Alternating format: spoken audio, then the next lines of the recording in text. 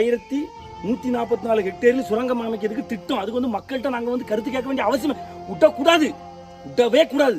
இங்க வந்து நீங்க வந்து எங்களை மீறி எப்படா நீ இதை எடுப்ப?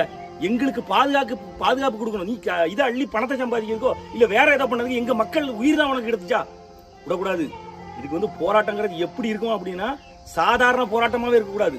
அது தமிழ்நாடு அரசு என்ன பண்ணிட்டு இதுக்கு தான் நம்ம தமிழ்நாடு அரசு தேர்ந்தெடுத்து வைக்குமா?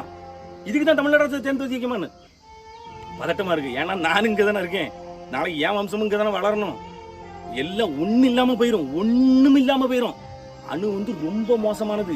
அதை பிரிச்சு எடுக்கிறதுக்கு 1144 ஹெக்டேர் நிலங்கள்லாம் எவ்வளவு இடங்களை எடுத்திருக்கான். அவ்வளவு இடத்துல எங்கெங்கெல்லாம் என்னென்ன எடுக்காதுல எப்படி வெளிவரும் தெரியல. உள்ள அடைச்சி உள்ள அந்த வேலை பார்க்குற அந்த அணுவிலேயே நம்ம பார்த்து பயந்துகிட்டு இருக்கிறோம். வெளிப்படையா வச்சு பிரிச்சு எடுக்கிறானா, அங்க இருந்து தோன்றானா.